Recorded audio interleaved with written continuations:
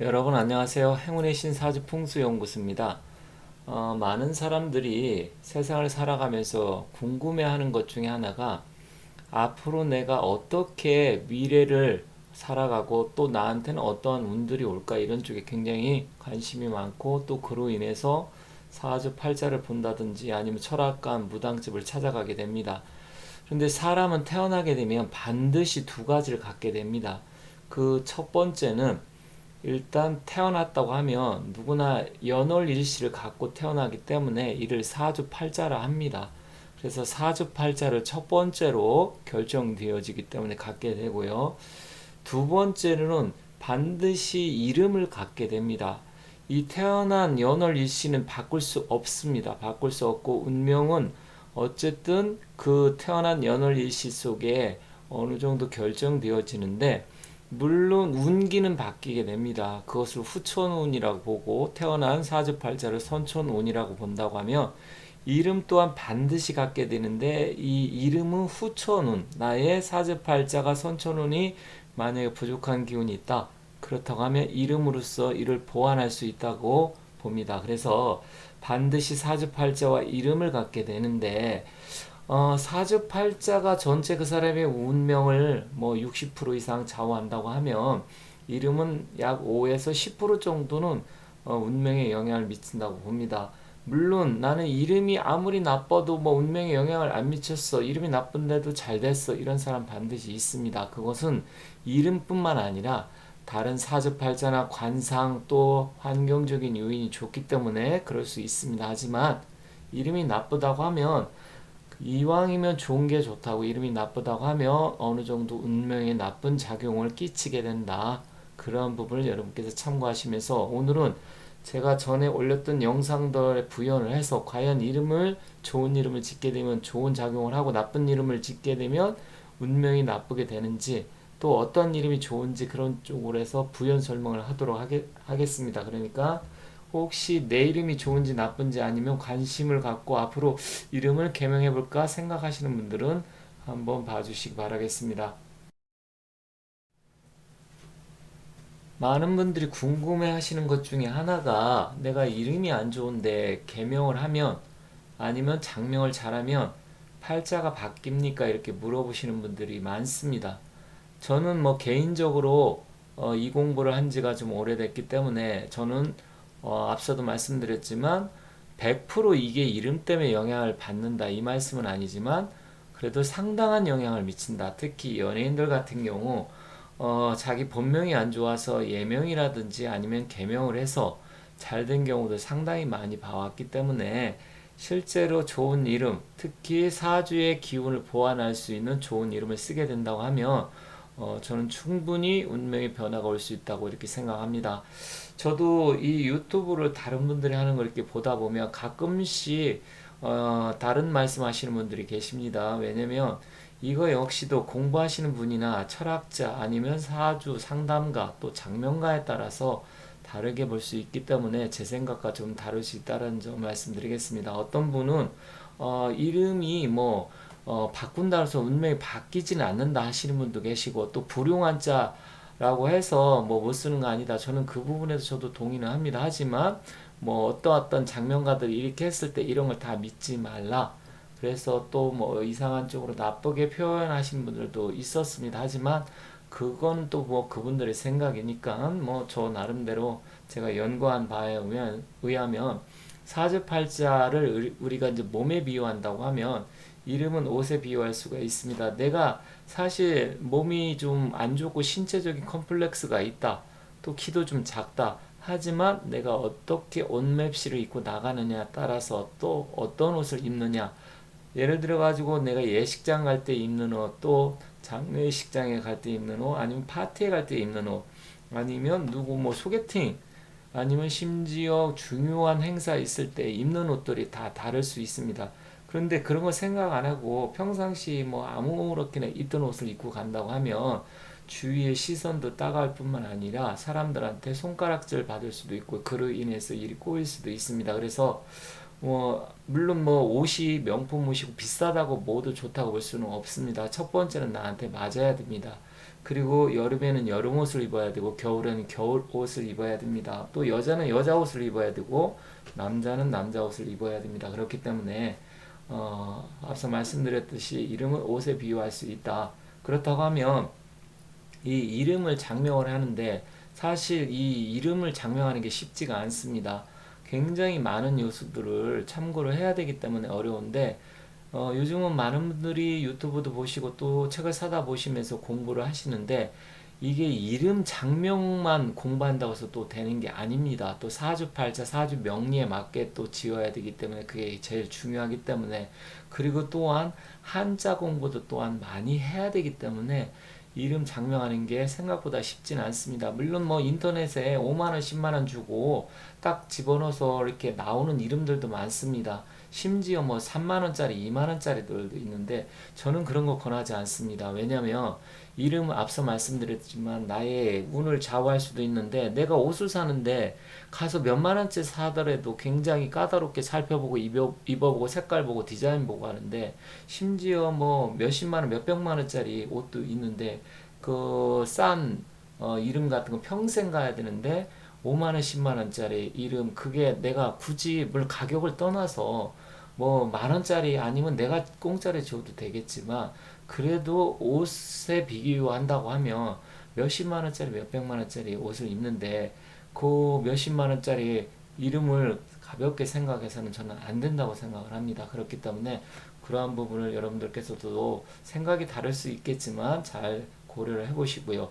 이름에도 기가 있습니다. 왜냐면 모든 사물에는 기가 있습니다. 좋은 그림, 또 좋은 물건, 아니면 좋은 풍경을 보면 사람이 기분이 좋아지는데 좀 안 좋은 그림이라든지 특히 추상화 또 이상한 사진 같은 거 이런 거 보면 사람이 그 사진을 보면서 굉장히 꺼림직하고 왠지 기분이 안 좋아질 수 있습니다. 그렇기 때문에 모든 사물에 기가 있는데 이름 또한 내가 누구야 누구야 불러줬을 때 그 이름 속에 좋은 기가 있다고 하면 좋은 이름을 볼 수 있고 나한테 기운을 돋아줄 수가 있기 때문에 어쨌든 이름은 좀 신중하게 지어야 된다 이렇게 말씀드리겠습니다. 많은 분들이 이름을 어떻게 지어야 되는지 공부를 하셔서 많이 알고 계신데 일단 다시 한번 말씀드리겠습니다. 사실 고려해야 될 사항이 거의 한 10가지 가까이 되는데 여기에 좀 제가 정리해서 올려놨는데 첫 번째로 제일 중요하다고 저는 생각하는 게 사주와 궁합이 맞아야 된다고 생각을 합니다. 사주팔자가 그 사람의 운기를 결정하는 데 있어서 이름도 상당한 영향을 미치기 때문에 사주가 만약에 좀 안 좋다 그러면 충분히 이것을 보완할 수 있어야 되기 때문에 그런 부분을 잘 맞춰서 줘야 됩니다. 그런데 사주 명리학 공부를 하지 않으면 어떤 게 나한테 필요한 건지 잘 알 수가 없습니다. 그렇기 때문에 전문가를 찾게 되는데요. 일단은 뭐 우리 할아버지가 지어주셨다. 아니면 스님이 지어주셨다. 아니면 어디 가서 어머니가 받아왔다. 뭐 이런 거 다 좋습니다. 좋은데 일단은 그래도 기본적으로 사주팔자, 사주 명리학에 대해서 어느 정도 이해도가 있어야 된다 이렇게 말씀드리겠습니다.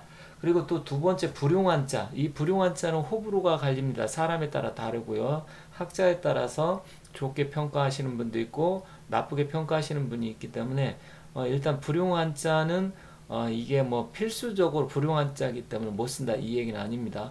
그리고 한자의 원형 이정을 좀 살펴야 됩니다. 이건 사격술이라고 하는데 초년, 중년, 그리고 말년 전체운 이걸 평가하는 데 있어서 이 한자의 원형 이정을 잘 봐야 된다. 그리고 발음 오행, 발음 음양도 살펴야 됩니다. 이게 음의 기운이 많은지 양의 기운이 많은지 또 발음이 좋은지 나쁜지 이런 걸 잘 살펴야 되고요. 수리 오행, 수리 음양 또한 살펴야 됩니다. 수리도 음과 양이 있고 모든 만물은 음양으로 이루어져 있기 때문에 음양의 조화가 잘 되어 있어야 됩니다. 그래서 숫자에도 음과 양이 있다는 점 그거 참고하셔서 줘야 되고요. 또 뜻이 좋고 시대에 부응해야 됩니다. 너무 촌스럽다라든지 시대에 맞지 않으면 안 됩니다. 그리고 자원오행을 또 살펴서 목화토금수의 기운을 살펴봐야 되고요.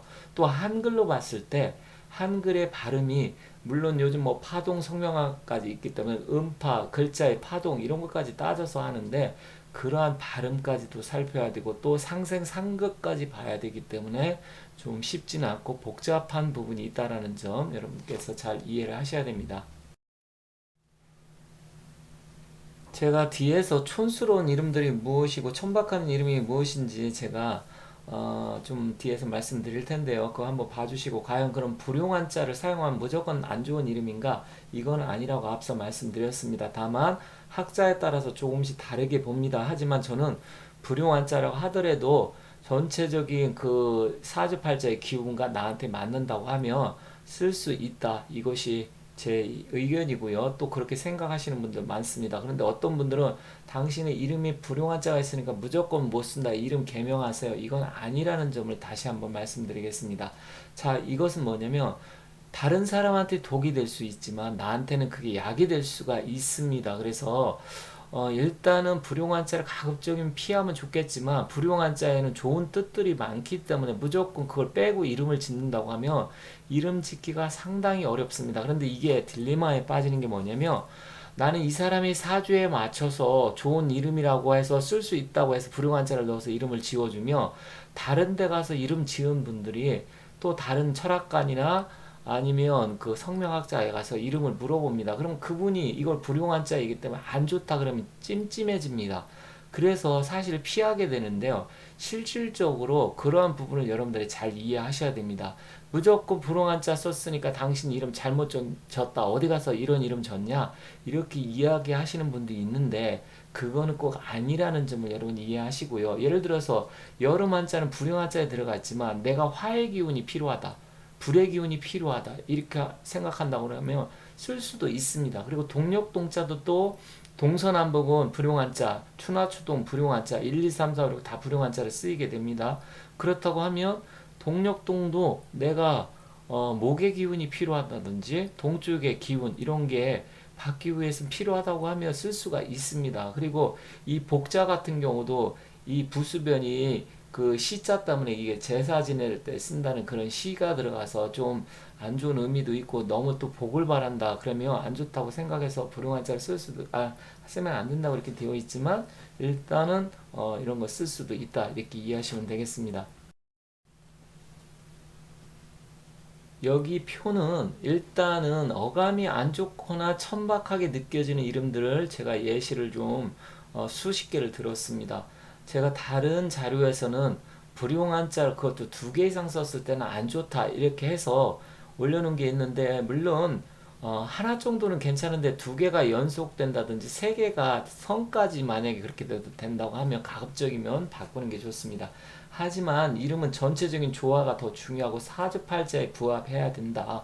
근데 불용한 자를 쓰게 되면 부모고 자식과 덕이 부족하고 부인과 불화 아니면 질병이 발생한다든지 손재 구설수에 휘말린다 이렇게 되어 있습니다. 그래서 두 개 내지 세 개 이상 쓰면 가급적이면 좀 피하는 게 좋겠다. 하지만 한 개 정도는 충분히 사용할 수 있다. 이렇게 보시고 무조건 불용한 자라서 못 쓴다는 건 아니라는 점을 다시 한번 말씀드리겠습니다.